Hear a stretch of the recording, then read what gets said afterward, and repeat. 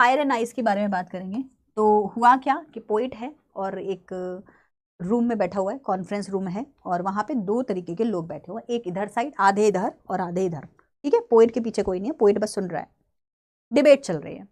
ये लोगों ने बोला कि वर्ल्ड का एंड होने वाला है, हमें ऐसा लगता है, और हमें ऐसा लगता है कि जो ग्लोबल वार्मिंग है फायर की वजह से, फायर मतलब ग्लोबल वार्म हो जाएंगे हम लोग, सन पास आ जाएगा, हम पास चले जाएंगे, जो भी होगा उसकी वजह से हो सकता है world will come to an end.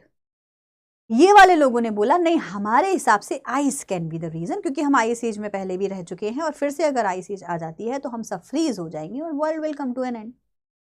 Poet ने कहा यार देखो बात तो सही है, तुम्हारी भी बात सही है, तुम्हारी भी सही है। पहले तो मुझे तो लगता है फायर से होगा, और अगर दोबारा हम जिंदा हुए तो मुझे लगता है आइस से हो, एंड बात खत्म। दैट इज इट, इतनी ही पोयम है।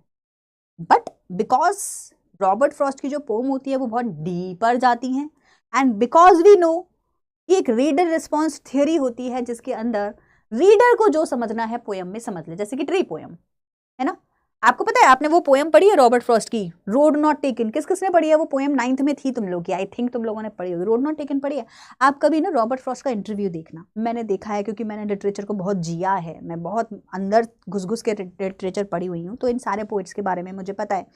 तो रॉबर्ट फ्रॉस्ट बोलते हैं कि मैं एक दिन अपने दोस्त के संग जा रहा था सड़क पर, तो हमें दो रास्ते दिखाई दिए। मेरा फ्रेंड बोलते हैं इधर से चलते हैं, मैंने कहा नहीं इधर से चलते हैं। तो हम ऐसे ही सोच रहे थे, घर आए, घर आके मैंने कहा चलो इसी के ऊपर पोयम लिख देते हैं, रॉबर्ट फ्रॉस्ट ने लिख दी। अब पोयम के पब्लिश होने के बाद बच्चों जो रीडर्स के रिस्पॉन्स आए, बोले सर आपने तो हमारे दिल की बात कह दी, मैं तो एक 10th का स्टूडेंट हूं और मुझे समझ ही नहीं आ रहा कि मुझे साइंस स्ट्रीम लेनी है कि आर्ट्स लेनी है। एक बोलता है सर मेरी जॉब दो दो फंसी पड़ी है, मुझे समझ ही नहीं आ रहा, और आपने कितना डीप बोला कि एक बार रास्ते पे चले गए तो कभी वापस नहीं आ पाओगे। बात सही है सर, एक बार स्ट्रीम ले ली तो चेंज कैसे करूंगा। रॉबर्ट फ्रॉस्ट सोचते हैं और बोलते हैं यार मैं तो बस रास्ते की बात कर रहा था, मुझे क्या पता था कि इतनी फिलोसॉफिकल, इतनी स्पिरिचुअल, इतनी डीप पोएम बन जाएगी। तो this is reader response theory, ये पावर होती है रीडर्स की कि वो अपने पोएम को पढ़ के क्या समझ जाए। तो बस हमने जब इस पोएम को पढ़ा तो हम क्या समझे बच्चों, हमने समझा कि ये बात नहीं कर रहे हैं नेचुरल एलिमेंट्स की, ये बात कर रहे हैं फायर की, मतलब ह्यूमन बींग्स के डिजायर की। इस डिजायर की वजह से हम एक दूसरे की कंट्रीज को तबाह कर रहे हैं, हम एक दूसरे की कम्युनिटीज को तबाह कर रहे हैं। हिंदू मुस्लिम से लड़ रहा है, मुस्लिम हिंदू से लड़ रहा है, एक गवर्नमेंट दूसरे गवर्नमेंट के पीछे पड़ी हुई है, एक कंट्री दूसरे कंट्री पर कब्जा करना चाहती है। चाइना को चाहिए मैं सब ले लूं, इतना बड़ा हो जाऊं, बस एक वर्ल्ड में एक ही कंट्री दिखाई दे, सब पे कब्जा करना है। यहाँ भी दुनिया भर के डॉग बना रहा है, वहां जा रहा है, वहां जा रहा है, वहां से भी आक्रमण करूंगा। यहाँ क्या चल रहा है भाई, तेरी डिजायर्स ही क्यों नहीं खत्म होती हैं? तो इन डिजायर्स की वजह से एंड होगा, ये बोल रहे थे पोएट। किसी ने बोला ऐसा, हाँ मतलब हो सकता है पोइट ने ना भी बोला, रॉबर्ट फ्रॉस्ट का मैंने एग्जांपल आपको दिया, उन्होंने हो सकता है इतना डीप सोचा भी ना हो, लेकिन ये ऐसा लोगों ने बोला। पर पोयम के अंदर ऑलरेडी वर्ड्स लिखे हुए हैं जैसे कि डिजायर, तो हम मान सकते हैं कि पोइट लिखने के टाइम पर ही ये सोच रहे थे। तो इन्होंने फायर बोला, फिर कोई बोला नहीं यार मेरे हिसाब से ये तो दूर की बात है, आदमी का आदमी को हेट तो देखो, कितना हेट करते हैं हम एक दूसरे को, we are full of hater, leg pulling करने में लगे पड़े, कोई ऊपर जाए खींच लो, फिर कोई ऊपर जाए उसको भी खींच लो, नहीं कोई आगे नहीं बढ़ेगा, मैं जाऊंगा, नंबर बनाने हैं सबको अपने अपने। This hatred towards each other will be the reason of the end of the world, of the humanity. तो दोनों तरीके के आपको, एक फिलोसॉफिकल तरीका और एक नेचुरल साइंटिस्ट तरीका, दोनों तरीके आपको इस पोएम के अंदर बताए जाते हैं। So some say the world will end in fire, some say in ice. तो पहले तो प्यार से फायर और आइस के बारे में बात करेगी, फिर एकदम से क्विकली पोइट ने फायर को डिजायर में कन्वर्ट कर दिया और हमें समझ आ गया कि भाई खेल रहा है बंदा हमारे साथ, बोल तो फायर रहा है बट अंदर ही अंदर इसके दिल में कुछ और छुपा हुआ है ना। मतलब कहीं पे निगाहें कहीं पे निशाना, बोल रहा है फायर फायर, बोला नहीं I am actually talking about desire guys, don't you understand what I am trying to say. समझ में आ गया?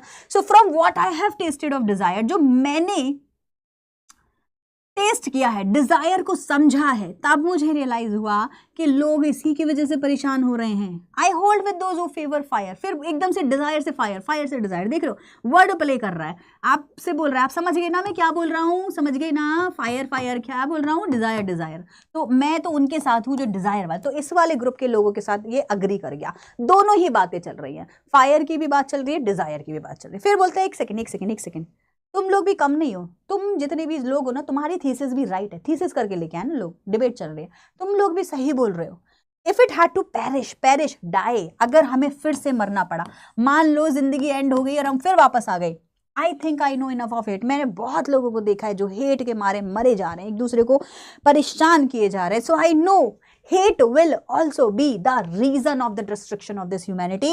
To say that for destruction ice is also, फिर एकदम से देखो hate से ice पे आ गया, वर्ल्ड प्रे कर रहा है, बोल रहा है तुम समझ गए ना मैं क्या बोल रहा हूँ, हम बोलेंगे हाँ भाई हम समझ गए, जब तू आइस बोल रहा है तो तू आइस के साथ साथ हेट भी बोल रहा है, और जब तू फायर बोल रहा है तो तू फायर के साथ साथ डिजायर भी। अब इनके साथ और भी मतलब वर्ड्स आप लगा सकते हो, है ना, जैसे हेट्रेड के साथ इंडिफरेंस आ गया, किसी में इंटरेस्ट ना दिखाना आ गया, लेग पुलिंग आ गया, डिजायर के साथ कंपैशन आ गया, थोड़ा पॉजिटिव साइड भी दिख सकते हो आप, किसी को इसमें पॉजिटिविटी भी दिखाई दे सकती है, बोलेगा यार इंसान के अंदर डिजायर कंपैशन होना चाहिए, तभी तो हम एक दूसरे को आगे बढ़ाएंगे।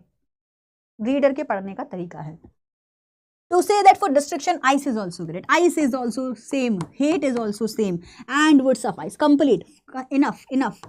अगर मरना होगा तो हेट्रेड के बाद भी मर जाएंगे, अगर मरना होगा डिजायर्स को एक्सीड करके, लस्ट ग्रीड एक्सीड करके भी मर जाएंगे, मरना तो तय है, मरना तो है, और यही तो हमें गौतम बुद्धा भी बताते हैं, डेथ इज इनएविटेबल, मरना तो है ही, लेकिन ये कंटिन्यूअल प्रोसेस होता है, कोई मरेगा कोई जिएगा, कोई मरेगा कोई जिएगा, वर्ल्ड चलता रहेगा। लेकिन अगर ऐसा कुछ हुआ जो तबाह कर दे, जैसे कि वर्ल्ड वॉर, कैसे हुआ, नेचुरल है, साइंटिफिक है, नहीं, दिमाग है लोगों का, सब तबाह हो जाएगी, 50% पॉपुलेशन खत्म हो गई थी, अभी 100% हो जाएगी, कौन सी बड़ी बात है, या फिर कोई नेचुरल डिजास्टर सच में आ जाए, जो ये साइंटिफिकली बोल रहे हैं, सूरज धरती आसमान कुछ भी हो जाए, तो भी हमारे डेथ का, जो कि एक बार पहले हो भी चुका है, जब डायनासोर का टाइम था, आपको पता ही है, फिर बाद में नेचुरली सब कुछ स्टार्ट हुआ, तो ये दोनों ही तरीके से डेथ हो सकती है, ह्यूमैनिटी की भी और वर्ल्ड की भी। I hope this is clear. OP explanation लिखेंगे, एक बार आगे बढ़ेंगे।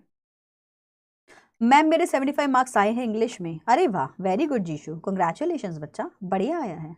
लस्ट फेरी एवराइस, आभाष ने लिख दिया है, फायर में hatred, insensitivity, indifference, tolerance, very good very good.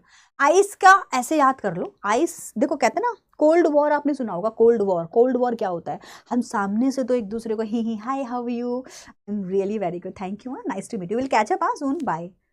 अंदर से कोल्ड भरा हुआ है, मतलब कि एक दूसरे का अंदर से दिमाग ठंडा है एक दूसरे को लेकर, तो कहता है तेरा दिमाग ठंडा, मतलब पागल है क्या, दिमाग में फ्रीज हो गया क्या तेरा माइंड, तो ठंड से फ्रीज हो जाते हैं ना हाथ और दिमाग दोनों, तो हेट्रेड वहां से निकल कर आता है, कोल्ड वॉर का वर्ड वहीं से निकल कर आता है, ठीक है। और डिजायर में तो गर्मी है, पैशन है, कंपैशन है, लस्ट है, ग्रीड है, तो वो आपको वर्ड्स, एवराइस ऊपर चढ़ने की इच्छा, डन, ठीक है। ओपी बढ़िया, ठीक है, OP okay okay okay okay, कुछ भी बोलते हो तुम लोग भी, चलो आगे बढ़ेंगे। फिलोसॉफिकल है टोन ऑफ कोर्स, है ना, रिफ्लेक्टिव है टोन ऑफ कोर्स, तो दोनों तरीके की टोन, फिलोसॉफिकल तो रहेगी, इन्फॉर्मेटिव तो रहेगी, तो आप कर ही लोगे इसको। तो चलिए आगे बढ़ेंगे, एक बार आप लोग इसकी थीम देख लीजिए, फिर मैं आपको आगे बताती हूँ।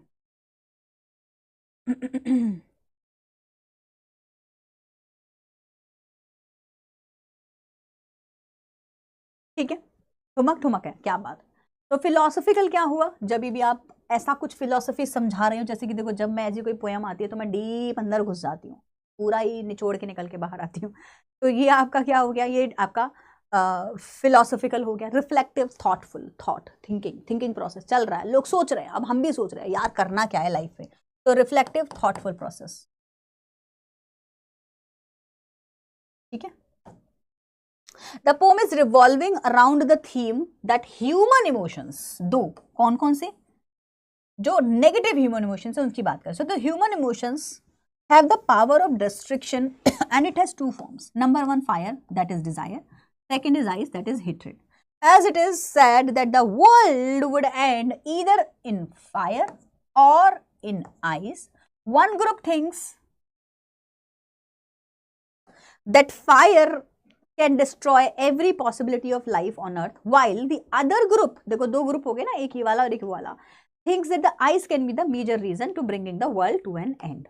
We see a logical debate in these two stanzas. हम दोनों stanzas में एक logical debate देखते हैं, wherein जहाँ पर the poet very artistically compares both natural elements of self-destruction, both natural elements with the self-destruction human emotions. Natural elements कौन से, fire and ice, और self-destructive human emotions कौन से, desire and hatred, ठीक है। फर्स्ट द पोइट, अब pome में उसने क्या बोला, पहले तो वो बोलता है कि हाँ ह्यूमन की जो डिजायर है वो ज्यादा स्ट्रांग है, उसी की वजह से मरेंगे. So the first the poet is of the opinion that humans are in control of their emotions and this may lead to their destruction. He says if the world has to expire twice, बाद में उसने बोला that hatred can be as dangerous as desire for mankind. If humans will continue to spread hatred in the world, हमारा end निश्चित है. We will soon get to an end with each other. Clear हो गया? चलो मैं session के and में पूरी स्लाइड क्लियर कर कर आप लोगों को ऐसे ऐसे ऐसे करके दिखा दूंगी सो दैट आप लास्ट में ना पढ़ना चाहोगे स्लाइड से तो सीधे यहाँ आना और स्लाइड को खोल खोल के पढ़ते जाना, पूरा पूरा नहीं देखना पड़ेगा. मैं एक बार कर दूंगी सेशन के एंड में. I will make sure her session के एंड में मैं ऐसा करूँ ताकि आपको बस स्क्रीन पर ऐसे चलेगा पॉज पढ़ा ये आपकी PDF ही हो जाएगी एक तरीके से. ठीक है, चलो सिंबॉलिज्म हमने स्टार्टिंग में ही बात कर ली थी. फायर और जो आइज हैं ये सिंबॉलिज्म का काम कर रहे हैं. इमेजरी है ऑफ कोर्स है, एलिटरेशन है, फेवर फायर वर्ल्ड विल है. एक ना यार एक क्वेश्चन हमने किया था, पुराने बच्चे हैं आई एम श्योर आप लोग बता दोगे. जरा बताना वो कौन सा क्वेश्चन था जिसके अंदर हमने ये कहा था कि इतनी डिफिकल्ट टॉपिक को कितने इजी से बोल दिया है. तो उसके लिए कुछ क्वेश्चन आया था, क्या आया था मुझे ध्यान नहीं आ रहा. मतलब टॉपिक इज़ वेरी डिफिकल्ट है ना कि हम वर्ल्ड को एंड कर देंगे, लेकिन उसके लिए हमने पोइट ने बोला बस बातें चल रही हैं, डिस्कशन हो रहा है, तो उसके लिए कुछ फ्रेज यूज़ हुआ था. मुझे याद नहीं आ रहा वो क्या क्वेश्चन था. कुछ याद है तो प्लीज़ बताना. ठीक है, कुछ याद है तो प्लीज़ बताना.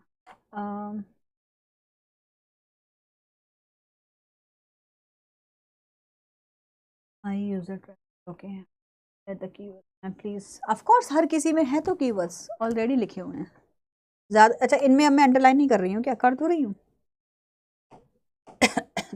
चलिए then we have personification. Poetic devices में अगर हम लोग बात करें तो क्योंकि हमको ह्यूमन इमोशंस को डिस्ट्रक्शन की पावर दी गई है तो वो पोएटिक डिवाइसेस हो गए. फायर एंड आइस दोनों को. मेटाफर में भी फायर एंड आइस है. एंजाम्बेंट मैंने आपको दिखाया ही था पूरी लाइन में. एंजाम्बेंट था. एनाफोरा सम से इज रिपीटेड, तो ये रेपिटेशन भी हो जाएगा और ये एनाफोरा भी हो जाएगा. ठीक है, दैट्स इट, इतना ही है. चलो चलिए आगे बढ़े. क्यूट हो आप मुझे पता है, बट मैं पढ़ाती भी बहुत अच्छा हूँ. कैजुअलिटी का टोन था, ऐसा कुछ था क्या. हाँ राइट. अरे वाह कौन बच्चा है ये. कैजुअल लैंग्वेज थी. हाँ आयरॉनिक भी है कैजुअल भी है. हाँ तो वो हाउ इसी के ऊपर कोई क्वेश्चन था, अभी याद आ गया मेरे को. अभी ये क्वेश्चन था कि how can you say that poem की जो लैंग्वेज है दैट इज़ वेरी कैजुअल. तो हम यही बताएंगे कि कैजुअल तो थी ऑब्वियसली. ऐसे कैसे तुमने इतनी बड़ी प्रॉब्लम को इतनी आसानी से लिख के दे दिया कि वर्ल्ड एंड हो जाएगा. तो वहाँ पे हम लोग बोलेंगे कैजुअल टोन यूज़ हुई है. ठीक है चलिए आगे बढ़ते हैं. नेक्स्ट पोम का नाम लिख के दो चलो जल्दी से एवरीबडी. नेक्स्ट पोम का नाम लिख के दो. बताना हाँ सेशन आप लोगों को कैसा लगा. फीडबैक जरूर देना मेरे को कमेंट सेक्शन में.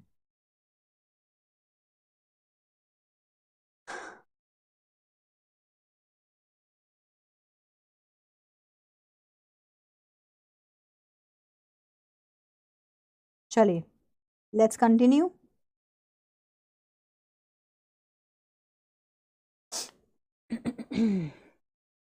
मैम मेरे इंग्लिश में 65 मार्क्स आए हैं. जितनी प्यारी पोएम्स मैं आप लोगों को आज करा रही हूँ ना उतने ही मज़े से अभी अपन लोगों को चैप्टर्स के कीवर्ड्स भी करने हैं जब हमारे सेशंस आएंगे. सो बिलीव मी आपको सच में आपको बहुत कंटेंट अच्छा लगेगा और समझ आएगा. और ये मैं कब से पिछले 2 हफ्ते से आप लोगों को प्रूफ कर रही हूँ that we are actually doing the best content preparation here right. तो आप लोगों का भी ना सहयोग ये रहेगा मुझे इस सब में.